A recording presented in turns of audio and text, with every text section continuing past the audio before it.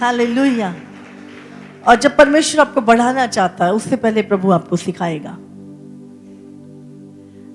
मैं हमेशा बोलती हूँ, जिस दिन हमने सीखना बंद कर दिया, उस दिन हमारी ग्रोथ रुक जाएगी। परमेश्वर मूसा को एक सेवकाई देने से पहले परमेश्वर ने उसको 40 दिन रात अपने पास रखा, अपने सम्मुख रखा, उससे बातें की, उसे बताया क्या करना है, कैसे चमत्कार करना है, क्या करना है। एक एक चीज परमेश्वर ने उससे बताई। फिर भी वो भाग रहा था, एक्सक्यूज दे रहा था प्रभु को, लेकिन परमेश्वर ने पकड़ लिया था उसे। आप कितना भी भागे, अगर प्रभु ने आपको बुलाया है, प्रभु आपको पकड़ लेगा, प्रभु आपको पकड़ लेगा। आप कहेंगे प्रभु मैं अच्छा नहीं बोलता, मैं पढ़ा लिखा नहीं हूं, प्रभु मैं ये नहीं हूं, मैं वो नहीं हूं, प्रभु मैं संसार के तरह नहीं हूं, परमेश्वर मुझे कुछ नहीं आता। लेकिन प्रभु कहता है नहीं, मैंने तुझे पकड़ लिया है, अब तू करेगा और तेरे से ही करवाऊंगा। हालेलुया। और हम बहुत बार सेवकाई से भागते हैं, भागने की कोशिश करते हैं, कई बार तो भाग ही जाते हैं, लेकिन परमेश्वर जहां भी जाते हैं हमारे रास्ते ब्लॉक कर देता है। हम वापस प्रभु के पास आते हैं और कहते हैं ठीक है, अभी बोल क्या करना है। आप देखो मूसा जैसा व्यक्ति, मैं बोलने में भद्दा हूं, प्रभु कहता मुंह किसने बनाया। कितनी मतलब कैसे ढीठ व्यक्ति को प्रभु ने इस्तेमाल किया। समझ रहे? मूसा को अगर हम देखें, बाद में प्रभु ने उसकी विटनेस दी कि वो सबसे नम्र, लेकिन अगर उसकी पहले के कैरेक्टर को हम देखें तो वो ढीठ था। हाँ, जा ही नहीं रहा था।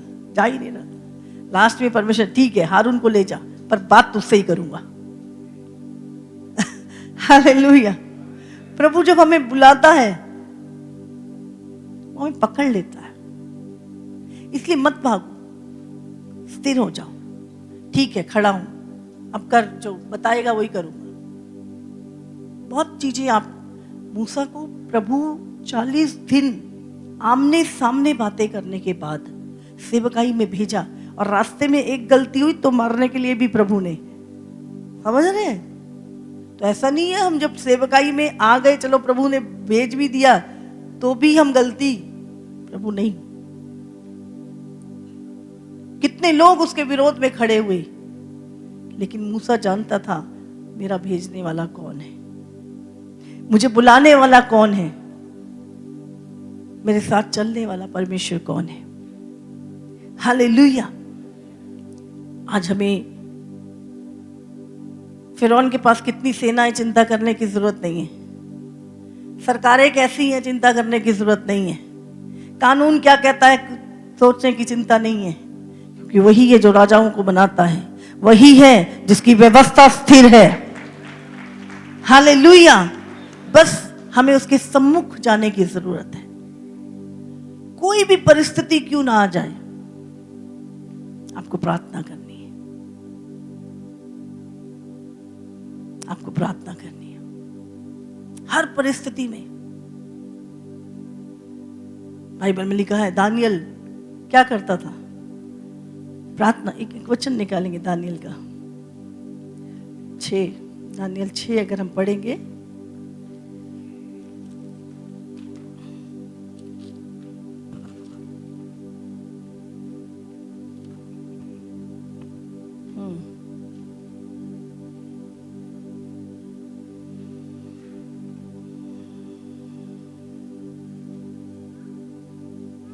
उसका 10। जब दानियल को मालूम हुआ कि उस पत्र पर हस्ताक्षर किया गया है, तब वो अपने घर में गया और उसकी जिसकी उपरोटी कोठरी की खिड़कियां यरूशलेम की ओर खुली रहती थी, और अपनी रीति के अनुसार जैसा वह दिन में 3 बार अपने परमेश्वर के सामने घुटने टेक कर प्रार्थना और धन्यवाद करता था, वैसा ही तब भी करता रहा। देखो, इससे बुरी सिचुएशन तो नहीं हो सकती। आपकी मौत का ही फरमान निकल गया। आज आप बहुत सारी आपकी परिस्थितियां चल रही हैं, बहुत सारी परिस्थितियां, सेवकाई में बहुत सारे चैलेंजेस हैं। इस इससे बुरी परिस्थिति हो सकती है कि आपको सरकार बोल दे कि इसको फांसी चढ़ा दो, हाँ, मौत का ही फरमान निकल जाए, तो कौन सा प्रभु याद रहेगा? हाँ, रहेगा कोई प्रभु याद? लेकिन उसने क्या किया? लिखा है पत्र के ऊपर हस्ताक्षर हो चुके थे कि दानियल को मार दिया जाए। उसके बावजूद भी दानियल ने क्या किया? उसने खिड़की खोल के, जैसा वो रूटीन में करता, लिखा है जिसकी उपरोटी कोठरी की खिड़कियां यरूशलेम की ओर खुली रहती थी, और अपनी रीति के अनुसार जैसा वो दिन में 3 बार अपने परमेश्वर के सामने घुटने टेक कर प्रार्थना और धन्यवाद करता था, वैसा ही तब भी करता रहा। हालेलुया। जब हमारे ऊपर विपरीत परिस्थितियां आती हैं तो हम भागते हैं इसके पास उसके पास, यहाँ से मदद, दिमाग चलाते हैं, बहुत सारी चीजें करते हैं, लेकिन हम भूल जाते हैं कि हमें क्या करना है। हमें लगता प्रार्थना तो रोज ही कर रहे हैं, नहीं, प्रभु उस समय देखता आप क्या कर रहे हो। और लिखा है वो उसी रीति से प्रार्थना जैसा वो करता था 3 समय, उसने प्रार्थनाएं की, उसने प्रार्थनाएं बंद नहीं की। अगर हम पढ़ें, जब राजा ने 16 से पढ़ते हैं, तब राजा ने आज्ञा दी और दानियल लाकर सिंहों की माद में डाल दिया गया। उस समय राजा ने दानियल से कहा, तेरा परमेश्वर जिसकी तू नित्य उपासना करता है वही तुझे बचाए। समझ रहे? यहां पे आप एक चीज देखो, नित्य। राजा भी ये बात जानता था, उसी के कारण तो वो शेरों की माद में डाला जा रहा था। और वो कह रहा है जिसकी उपासना तू नित्य करता है, नित्य, रोज करता है, रोज प्रार्थना करता है, वही परमेश्वर आके तुझे बचाए। जब लोग आपको चैलेंज करते हैं, वो आपको नहीं करते। शैतान आपको चैलेंज नहीं करता, आपके परमेश्वर को चैलेंज करता है। आगे। तब एक पत्थर लाकर उस गड्ढे के मुंह पर रखा गया और राजा ने उस पर अपनी अंगूठी से और अपने प्रधानों की अंगूठियों से मोहर लगा दी कि दानियल के विषय में कुछ बदलने ना पाए। कुछ नहीं, कोई चेंजेस नहीं, कोई वकील, कोई जज, कोई पैसा, कुछ चेंज नहीं होना चाहिए। मरना है तो मरना चाहिए। ये जो आशा थोड़ी बहुत किसी जगह से उम्मीद जाग सकते, वो भी राजा ने खत्म कर दी। बोले मरना ही चाहिए ये।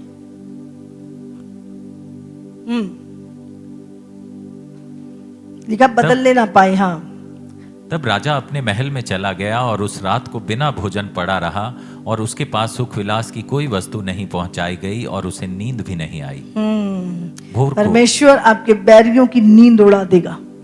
परमेश्वर आपके विरोधियों की नींद उड़ा देगा। आमीन। अगर आपने नित्य जो आप करते हैं उसकी उपासना, उसकी प्रार्थना करना ना छोड़ा तो। आगे। भोर को जब पौ फटते ही राजा उठा और सिंहों के गड्ढे की ओर फुर्ती से चला गया। जब राजा गड्ढे के निकट आया तब शोक भरी वाणी से चिल्लाने लगा और दानियल से कहा, हे दानियल, हे जीवते परमेश्वर के दास, क्या तेरा परमेश्वर जिसकी तू नित्य उपासना करता है। यहाँ पे देखो, नित्य उपासना। समझ रहे? राजा फिर से वही बात दोहरा रहा है, हे दानियल, हे जीविते परमेश्वर के दास, आप प्रभु के दास हैं। हर किसी को पता होना चाहिए। और कैसे पता होगा वो आप प्रभु के दास हैं? जब आप नित्य उपासना करते हैं, जब आप नित्य प्रार्थना में रहते हैं, उपवास में रहते हैं। राजा को पता था ये क्या करता है। आज हमारे पड़ोसी को नहीं पता होता कि हम प्रार्थना करने वाले लोग हैं, हम आराधना करने वाले लोग हैं, हम जीवते परमेश्वर को मानने वाले लोग हैं। राजा को पता था इस बात का और उसने कहा, हे दानियल, क्या तेरा परमेश्वर जिसकी तू नित्य उपासना करता है तुझे सिंहों से बचा सका है। नित्य अपनी प्रेयर लाइफ सेट करो। अपना प्रभु की उपासना का जीवन, नित्य प्रार्थना। दानियल ने कहा, तब दानियल ने राजा से कहा, हे राजा तू युगानुयुग जीवित रहे। मेरे परमेश्वर ने अपना दूत भेजकर सिंगों के मुंह से को ऐसा बंद कर रखा कि उन्होंने मेरी कुछ भी हानि नहीं की। इसका कारण ये है कि मैं उसके सम्मुख निर्दोष पाया गया। और हे राजा, तेरे सम्मुख भी मैंने कोई भूल नहीं की। समझ रहे हैं? आप परमेश्वर की नजर में पवित्र हैं। आपका मन गवाही देता है कि हाँ, आपने कोई गलत बात नहीं की। ना उसने राजा के सम्मुख कोई पाप किया और ना उसने परमेश्वर के सम्मुख कोई पाप किया। कई बार हम परमेश्वर के सम्मुख आते हैं, लेकिन हम लोगों के विरुद्ध पाप करके आते हैं, लोगों को सता के आते हैं, किसी को लूट के आते हैं। लेकिन यहाँ पे परमेश्वर के सामने दानियल कह रहा है, ना तो मैंने राजा तेरा कोई गलत किया और ना मैं परमेश्वर के सामने भी मैं निर्दोष पाया गया। जब शैतान की युक्तियां आपके सामने चलती नहीं है ना, तो समझ लो परमेश्वर आपकी ओर से लड़ रहा है। Hallelujah, hallelujah. कितनों को समझ में आ रहा है? तो क्या करना है हमने? नित्य प्रार्थना। कितनी प्रेयर लाइफ है हमारी, कितनी प्रार्थनाएं हम करते हैं। आप जानते, जितना हम अपना दिमाग चलाते हैं इधर उधर, अगर हम उतनी प्रार्थनाएं कर लें तो परमेश्वर आपको पता नहीं कितने बड़े द्वार खोल सकता है। क्योंकि हम शरीर का एफर्ट लगाते हैं, चाहे वो सेवकाई है, चाहे वो काम है, चाहे कोई चीजें हैं। हमने बाइबल को कॉपी करना है अपनी लाइफ से। दानियल 3 समय बाइबल में लिखा, उसने 21 दिन, जब उसके लोगों सताए जा रहे थे, उसके लोग बिगड़ रहे थे, उसने 21 दिन उपवास किया, प्रार्थनाएं की। और बाइबल में लिखा है, पहले ही दिन परमेश्वर ने उसकी प्रार्थना को सुना और पहले ही दिन उसने दूत भेज दिए, जा, मेरा पुत्र प्रेयर कर रहा है, मेरा दास प्रार्थना कर रहा है। और वो दूत से शैतान का दूत लड़ने लगा। परमेश्वर ने फिर मदद भेजी। अभी भी कर रहा है, उत्तर तो भेज दिया मैंने, अभी क्यों उसकी आवाज मेरे कानों में आ रही है? पता करो जरा। जिब्राइल गया, अरे अच्छा, यहाँ पे तो शैतान ने रोका हुआ है उत्तर। फिर वो लड़ा और उसके पास उत्तर किया और जाके बताया कि क्यों लेट हुआ। हाँ, समझ रहे? बोले पहले ही दिन प्रार्थना सुन ली गई थी, पर ये दुष्ट मुझे रोक रखा था। परमेश्वर कारण भी बताएगा आपको। कब? जब आप नित्य प्रार्थना करेंगे, जब आप रोज प्रार्थनाएं करते हैं। परमेश्वर के राज्य में आप परमेश्वर की रीति से बढ़ोगे। कितना दुनिया का एफर्ट लगा लो, दिमाग लगा लो, पैसा लगा लो, किसी को कॉपी कर लो, कुछ नहीं होगा। लगेगा आपको बस कि कुछ हो रहा है, लेकिन थोड़े दिनों बाद सब फेल हो जाएगा। लेकिन जब आप परमेश्वर की रीति से, वचन को लेकर, वचन से सीख के, पवित्र आत्मा की अगुवाई में जब आप वो चीजें करेंगे, आप देखेंगे आपको एफर्ट लगाने की जरूरत नहीं, ऑटोमेटिक चीजें चेंज होना शुरू हो जाती हैं। हालेलुया। आज हमें वचन को समझना है। बाइबल में क्या लिखा है? आदि में वचन था और यही वचन परमेश्वर के साथ था। वचन ही और जो कुछ उत्पन्न हुआ, और वचन ही देहधारी होकर संसार में आया। आपको पता है आपके पास कितनी सामर्थ्य चीज है? वचन। बाइबल में लिखा है, शमूएल के समय पर यहोवा का वचन दुर्लभ था, लोगों को मिलता नहीं था वचन। लोग तरसते से कहीं से परमेश्वर का वचन हमें मिले, और परमेश्वर चुप था।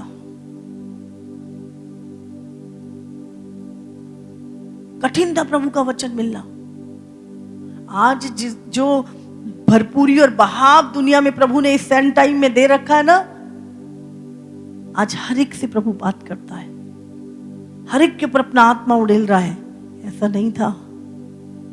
शमूएल के समय पे वचन ही नहीं था, दुर्लभ था, किसी किसी के पास जरा जरा सा मिलता था। प्रभु किसी किसी से थोड़ी थोड़ी बात करता था, और कई बार तो बिल्कुल नहीं करता था।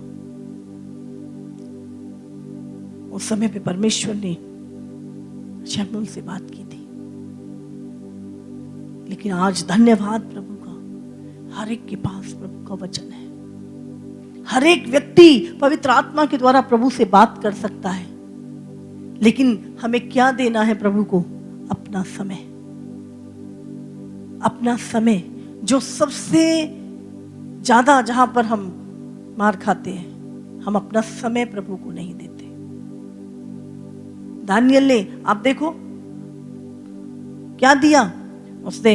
मूसा ने कहा मैं जाऊंगा और परमेश्वर को पहाड़ पे ढूंढूंगा, मिलूंगा मैं परमेश्वर से। उसने निर्णय लिया, उसने अपना समय दिया। 40 दिन और रात वो परमेश्वर के सम्मुख रहा। आप प्रभु के दास होने के नाते हमें अपना समय प्रभु को देना है। आज हम दुनिया के कितने काम हैं जो हम करते हैं, लेकिन हम अपना समय प्रभु को नहीं देते, जिसके कारण चीजें बंधी रहती हैं। आप जानते हैं, पिछले दिन प्रार्थना में थे और शैतान कहता मुझे प्रॉब्लम है उस कलीसिया से जो अपने अधिकारों को जान जाती है। मुझे कोई फर्क नहीं, बड़ी बड़ी कलीसियाओं से भी मुझे फर्क नहीं पड़ता, मुझे किसी भी कलीसिया से कोई फर्क नहीं पड़ता। मुझे उस कलीसिया से फर्क पड़ता है जो अपने अधिकारों को जान लेती है और उन्हें इस्तेमाल करने लगती है। शैतान नहीं चाहता कि हम अपने अधिकारों के विषय में जानें, हम मसीह की पहचान में बढ़ें। इसीलिए वो हमेशा धोखा देता है। कुछ तो होगा आदम ना, जिससे खुदा मिलने आता था। हाँ? आज चाहे साइंस, टेक्नोलॉजी, हर चीज बताती तो इंसान कुछ नहीं है, इंसान कुछ नहीं है। शैतान भी आपके मन में डाल तू कुछ नहीं है, तेरा कुछ नहीं हो सकता। हमेशा आपको दुष्ट नीचा दिखाएगा, हमेशा आपकी वैल्यू को खत्म करने की कोशिश करेगा। लेकिन आपको याद रखना है, यहोवा परमेश्वर, पवित्र यीशु, पवित्र आत्मा, और उसके बाद आप हैं। आप हैं, समझ रहे हैं? मनुष्य को परमेश्वर ने अपने से थोड़ा सा कम बनाया।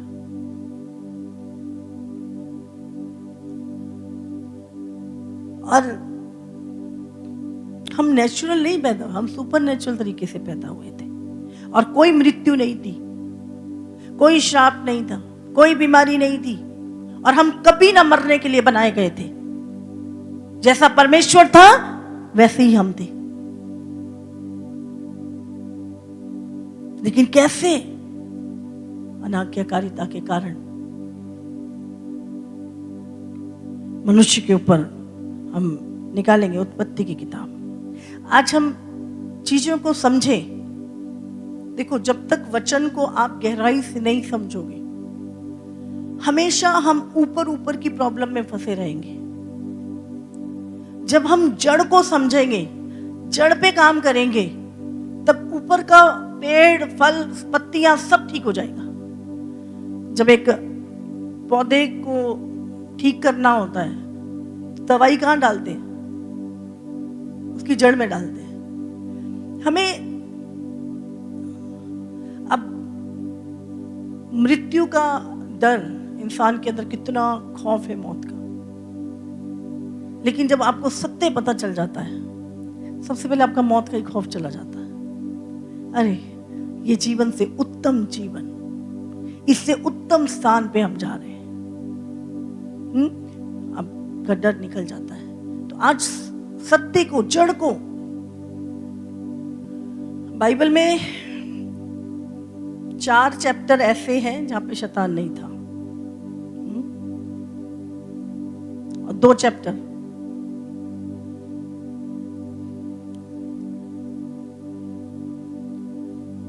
पुराने नियम में और 2 चैप्टर नए नियम में जहां पे शैतान नहीं था। पता है कौन से चैप्टर? शुरू के 2 और आखिरी के 2। हालेलुया। अगर आप उत्पत्ति 1 और 2 पढ़े, वहां पे शैतान नहीं है। और अगर आप प्रकाशित वाक्य 21 और 22 पढ़े लास्ट के, वहां पे भी शैतान नहीं है। हालेलुया। समझ रहे? तो हम भी एक ऐसी जगह जाने वाले हैं जहां पे वो नहीं होगा, लेकिन अभी वो कार्य कर रहा है और उसका राज्य भी आएगा। लक्षण सारे दिख रहे हैं।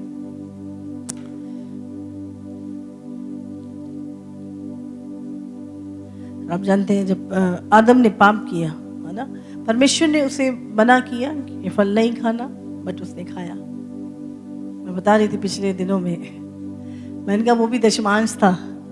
हाँ, जो परमेश्वर ने बोला ये पेड़ का फल नहीं खाना, वो क्या था?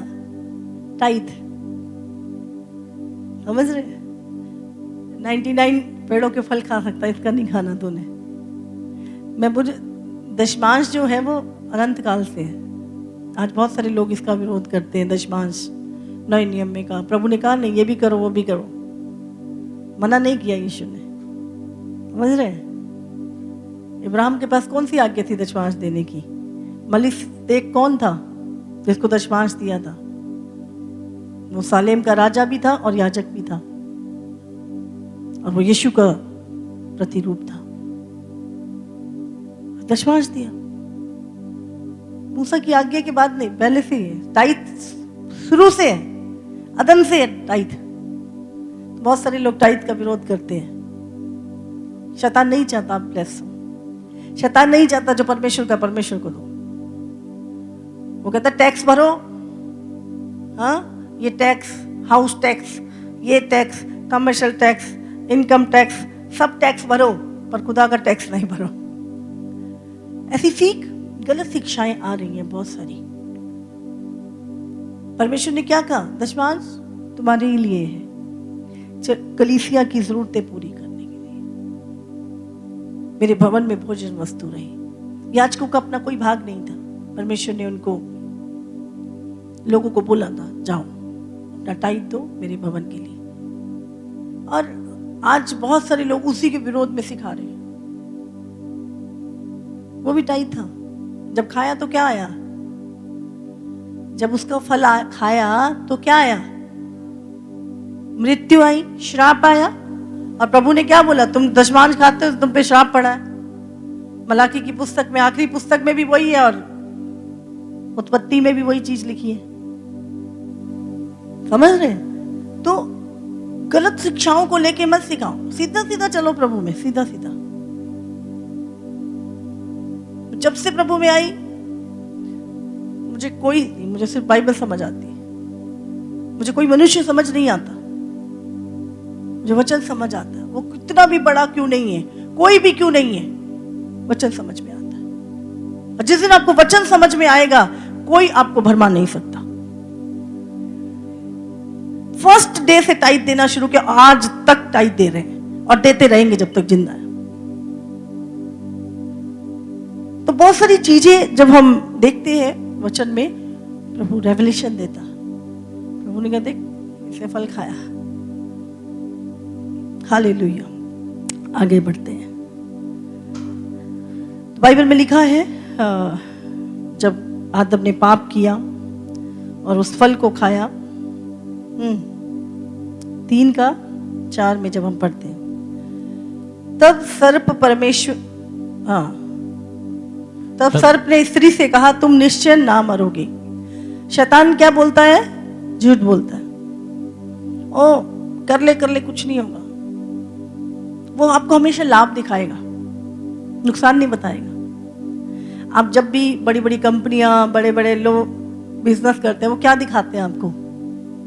लाभ बताते हैं, कभी नुकसान बताते हैं? नहीं बताते, हमेशा लाभ बताते हैं आपको। आगे, वरन परमेश्वर आप जानता है कि जिस दिन तुम उसका फल खाओगे उसी दिन तुम्हारी आंखें खुल जाएंगी और तुम भले बुरे का ज्ञान पाकर परमेश्वर के तुल्य हो जाओगे। किसके तुल्य हो जाओगे? शैतान किसके तुल्य होना चाहता था? परमेश्वर के तुल्य। और वही बात कहां से आई? शैतान से। क्या मन में डाला? तुम परमेश्वर के तुल्य हो जाओगे। क्या आदम परमेश्वर के तुल्य नहीं था? परमेश्वर ने कहा, स्वर्ग मेरा सिंहासन है, पर पृथ्वी मैं तुझे देता हूं। पृथ्वी नहीं, समुद्र का भी अधिकार, आकाश का भी अधिकार प्रभु ने मनुष्य को दिया। शैतान हमें देखने ही नहीं देता जो हमारे को दिया है परमेश्वर ने। वो आपका ध्यान झूठी चीजों की तरफ लगाता है। वही चीज, इसीलिए तुम्हारे जीवन में विचार कहां से आते हैं? सुनने से। आप क्या सुन रहे हो, क्या देख रहे हो, वही विचार। इसलिए जितना प्रभु ने कहा, अधिकाई से वचन को अपने अंदर भर लो। जब वचन को भरोगे तो विचार भी वचन से आएंगे। आगे बढ़े। अतः जब स्त्री ने देखा कि उस वृक्ष का फल खाने के लिए अच्छा और देखने में मनभाऊ और बुद्धि देने के लिए चाहने योग्य भी है, तब उसने उसमें से तोड़कर खाया और अपने पति को भी दिया और उसने भी खाया। तब उन दोनों की आंखें खुल गई और उनको मालूम हुआ कि वे नंगे हैं, इसलिए उन्होंने अंजीर के पत्ते जोड़ जोड़ कर लंगोट बना लिए।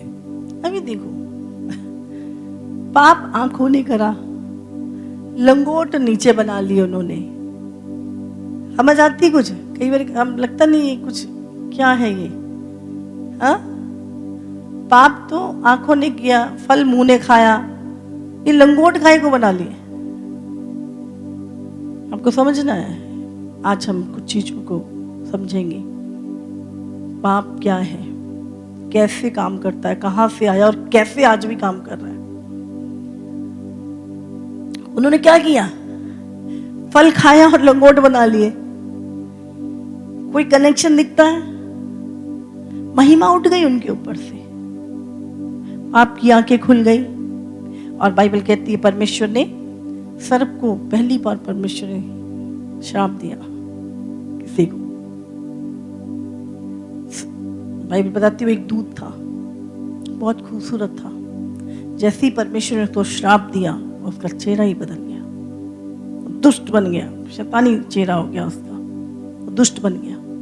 उससे पहले वो दुष्ट नहीं था, वो दुष्ट उसके अंदर था। सर्प का रूप बिगड़ गया और वो निकाल दिया गया, और आदम भी बाहर निकाल दिया गया। अभी क्या हुआ वहां पर? अब जब फल खाया तो हब्बा गर्भवती हुई। हब्बा के एक बेटा पैदा हुआ, और बाइबल बताती है वो दुष्ट था।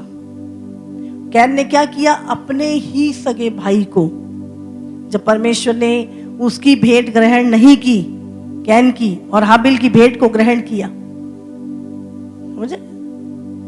वो सिर्फ भेंट क्यों, वो तो दिल से चढ़ा रहा था, प्रभु की रीति से चढ़ाया उसने। लेकिन उसने बस दिखावे वाली, प्रभु की रीति से नहीं। और बाइबल में लिखा है जब इतना जलन से भर गया। शैतान क्या है? जलन से भरा हुआ है। मेरी भेंट ग्रहण नहीं की, और उसने उठा के बड़ा पत्थर हाबिल को मारा, और पहला हत्यारा बना कैन। कैसे? इतना बुरा इंसान कैसे हो सकता है? कैन के अंदर बाइबल में लिखा है, यूहन्ना का हम पढ़ेंगे अगर, 1 यूहन्ना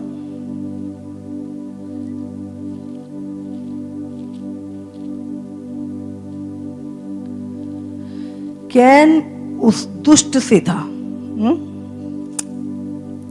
3:12,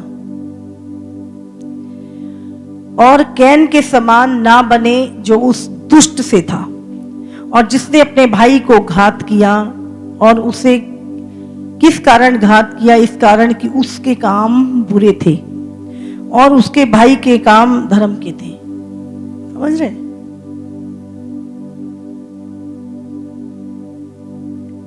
आज लोग हमारे बैरी हैं।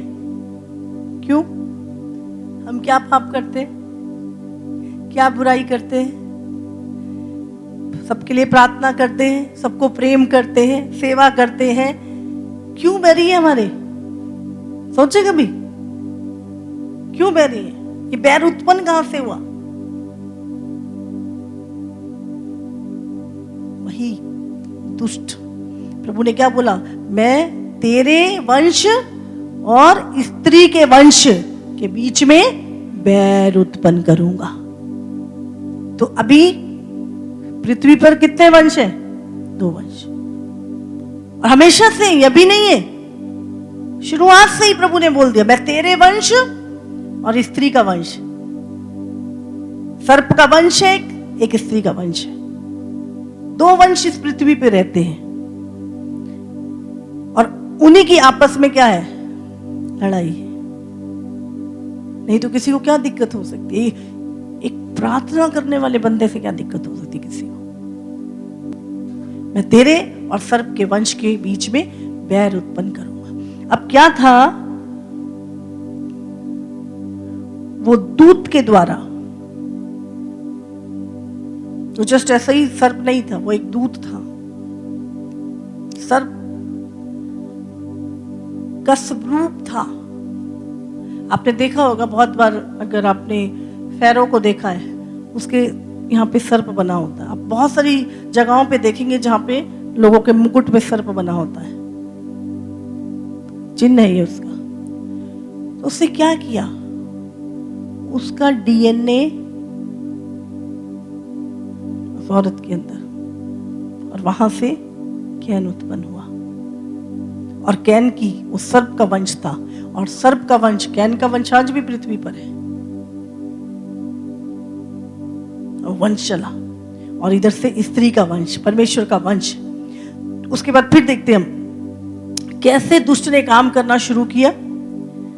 अगर आप उत्पत्ति 6 पढ़े, शैतान को पता था कि मनुष्य के अंदर परमेश्वर का डीएनए है, और परमेश्वर ने इसको सारी अथॉरिटी, अधिकार अपने समानता में बनाया है। और अब वो मनुष्य को खराब करना चाहता था कि आगे कोई भी परमेश्वर का वंश उत्पन्न ना हो, तो वो उसको डीएनए को खराब करना चाहता था। और उसने सबसे पहले,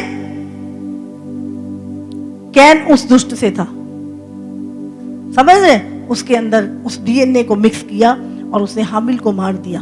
बाइबल बताती है बाद में शेत पैदा हुआ, शेत से फिर एक साफ डीएनए निकला, और वो परमेश्वर से प्रार्थना करने लगी। वो सबके अंदर अपना सीड डालने चाहता है, वो पाप का, जलन का, झूठ का, दुष्टता का सीड उसने किया। और अब क्या हुआ? वो लोग, सर्प का सीड भी मिक्स हो गया। अभी पढ़ेंगे हम फिर 6, अगर हम पढ़े उत्पत्ति 6 निकाले,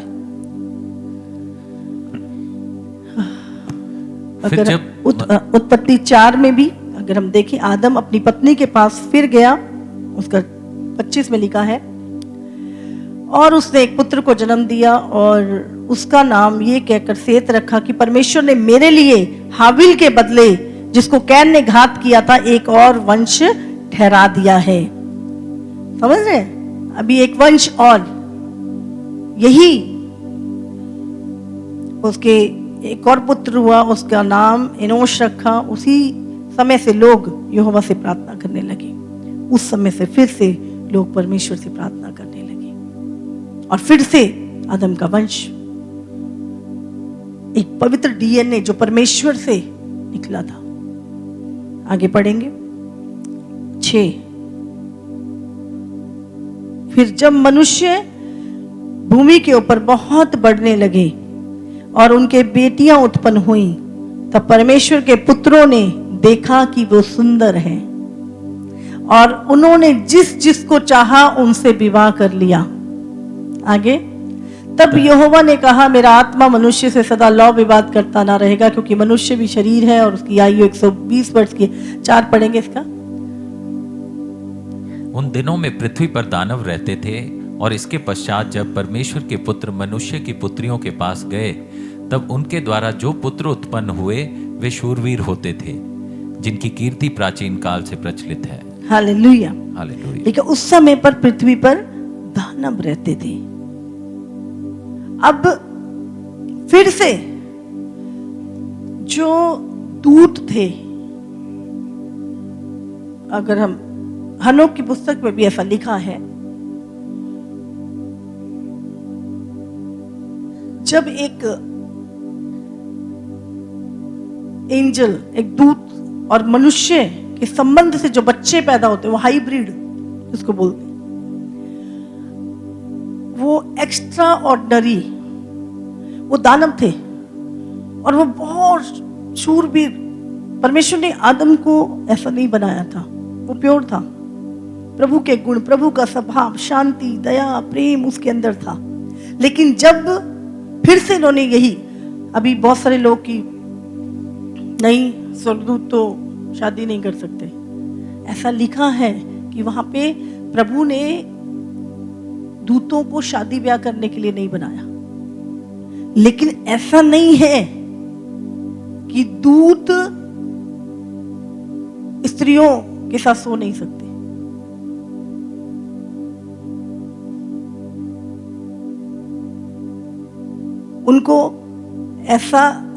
उनको आज्ञा नहीं है कि तुम वंश उत्पन्न करो। बहुत सारे लोग इस चीज में वाद विवाद भी करते हैं, बट अगर हम देखें, बहुत सारे लोग बोलते हैं कि ये तो जी कैन का और शेत का वंश था। नहीं, फिर उनसे दानव ना पैदा होते, उनसे हाइब्रिड ना पैदा होते। और बाइबल में लिखा है उसने फिर डीएनए खराब किया। और इतना यहाँ पर अब जितने भी लड़कियां थीं, जितने भी आगे फिर वो दूसरों के साथ, फिर जानवरों के साथ, उसने सारा जो कुछ प्रभु ने बनाया था सारा डीएनए करप्ट कर दिया। सब दुष्टता से भर गए। और बताया जाता है कि 13-13 फुट के वो दानव होते थे और 4-4 फुट चौड़े। और वो क्योंकि इतना खाते थे, मनुष्य को भी खाने लगे, लहू पीने लगे। और परमेश्वर, बाइबल में लिखा है, मनुष्य को बनाने से पछताया। और उसने कहा, अब आप सोचो, जो परमेश्वर इतना दयालु है, वो पूरी पृथ्वी के लोगों को कैसे नाश कर सकता था? नहीं कर सकता था।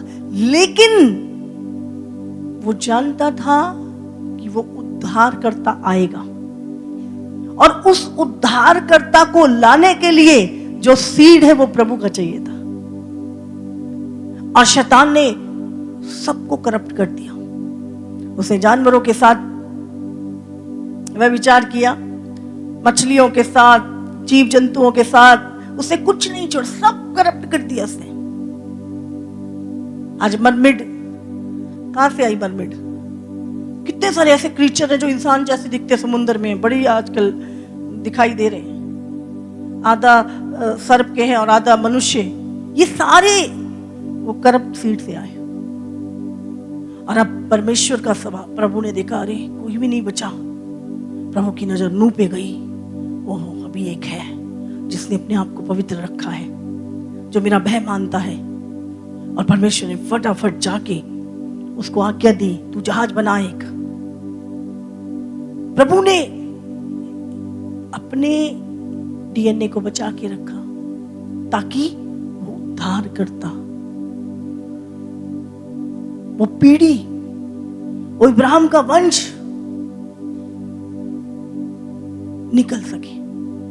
और आप देखो, जब अगर हम देखें तो प्रभु ने पूरी पृथ्वी के लोगों को नाश कर दिया। वो परमेश्वर इतना दयालु प्रभु, जो वो कहता मैं किसी के मरने से खुश नहीं होता, मैं दुष्ट के मरने से भी खुश नहीं होता।